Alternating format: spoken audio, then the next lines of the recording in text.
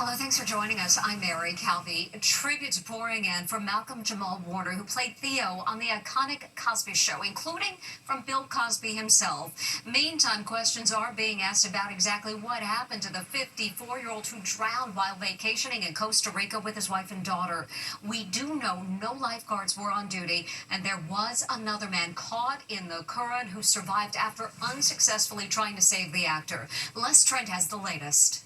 We're learning more about the tragic death of Malcolm Jamal Warner, who rose to fame on The Cosby Show as Theo Huxtable. The beloved 54-year-old star drowned while body surfing in rough currents along this stretch of beach in Costa Rica. It can be very dangerous. Carl Coller lives near the Caribbean beach where the actor lost his life. They have riptides here that can suck you out to sea, and that's what happened to Malcolm Jamal Warner. There are reports that lifeguards were not on duty. It's rare. You almost never see lifeguards at most of the beaches. Red flags are often seen on the beach. Theo, that's the dumbest thing I've ever heard in my life. Meanwhile, Warner's TV dad Bill Cosby is speaking out about the shocking death. He spoke by phone to CBS News national correspondent and weekend anchor Jericka Duncan. What was Mr. Cosby's demeanor like? He was obviously heartbroken by the loss. This is someone that he watched grow up. What do you want people to remember about him? He knew his lines during the rehearsals, and that he was quite comfortable, even with the growing pains of being a teenager. He really talks about admiring Malcolm Jamal Warner's hard work ethic. Today, Kelly Ripa had this tribute. The very first episode of this show, Malcolm Jamal Warner was a guest on. We were talking about this yesterday.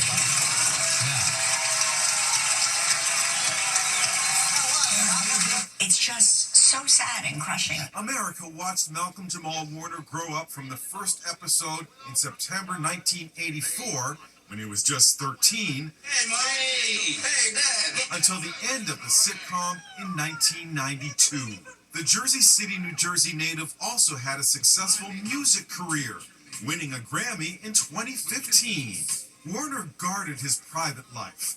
Since his death, photos of his wife and daughter, who were with him on the family vacation, have surfaced. This poignant video shows him dancing with the little girl.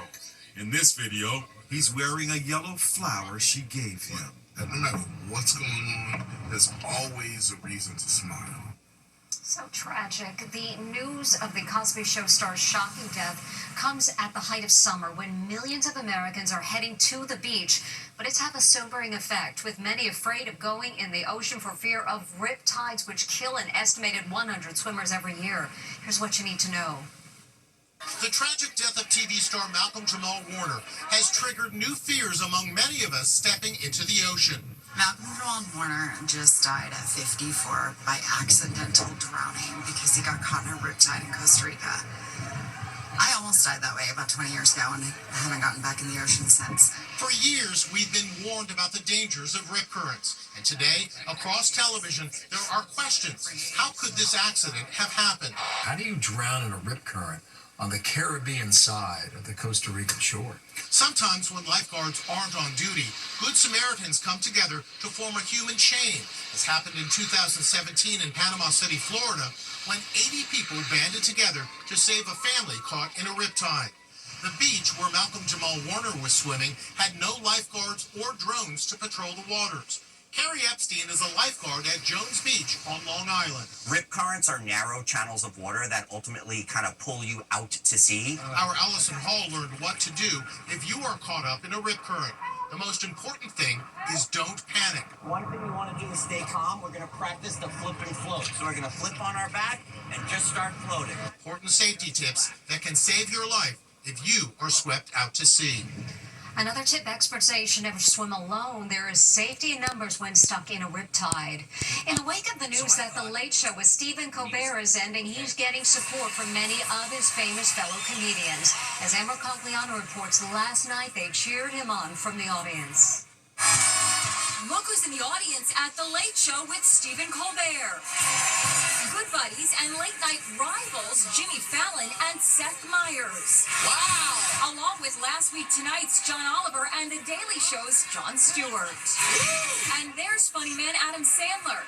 They were there to show their support for Colbert. The most interesting and important part of Monday's show, that show of force of all of Colbert's colleagues and his competitors, indicating that they had his back. After their appearance, Fallon and Stewart returned to their sets and showered praise on Colbert. Stephen has done years of incredibly smart and hilarious television, and he's won 10 Emmys. Watching Stephen exceed all expectations in the role and become the #1 late-night show on network television has been an undeniable great pleasure for me as a viewer and as his friend. Colbert still has 10 more months on the air, and if you thought he was going to tone it down, well, that apparently isn't happening. They're killing off our show. But they made one mistake. They left me alive. After the taping, we caught up with audience members. It was fabulous. It really was. It was great. He did say after the show that he actually was nervous about coming out tonight. They had a late start. The final episode of The Late Show with Stephen Colbert will air in May 2026. As well as taking on our CEO and his co-worker caught cuddling on a kiss cam at a Coldplay concert have brought office romances into the spotlight. Now Allison Hall has the do's and the don'ts for when Cupid shoots his arrow at co-workers. More fallout from the now notorious Coldplay kiss cam moment. Either they're having an affair or it's very sharp. Former CEO Andy Byron's wife Meg is reportedly hiding out at their $2.5 million home in ritzy Kennebunk, Maine. The word of the day is cold-played. And social media continues to have a field day. To be seen at the wrong place with the wrong person at the wrong time. Cold-played. Byron was forced to resign as CEO from the billion-dollar tech startup after being caught canoodling with his head of human resources. According to one study, 79% of workers say they've had a long-term workplace romance. Now many are wondering if there's a right way to have an office romance. This is the worst of the worst of the worst. Workplace specialist Stephen Viscusi says the now infamous Coldplay couple did everything wrong. What are the do's and don'ts? There's some simple rules to workplace romances. Number one is know your company's policy. If it's allowed, then make it transparent. If it's not allowed, don't do it. Our expert says dating a subordinate is always a big no-no. It could lead to all sorts of legal issues, harassment issues. It's just completely forbidden all the time. And cheating is never good. There's a very big difference with workplace romance when one of the people or both of them are involved with other people. That's not a good workplace romance. Our expert also says consider how awkward it will be at the office if you break up with a coworker. And a very happy birthday to Prince George, who turns 12 today. His parents, Princess William and Kate Middleton, shared this snapshot of their son, as well as home videos of George playing with his two siblings, Princess Charlotte and Prince Louis, at their summer estate. And we'll be back with more Inside Edition.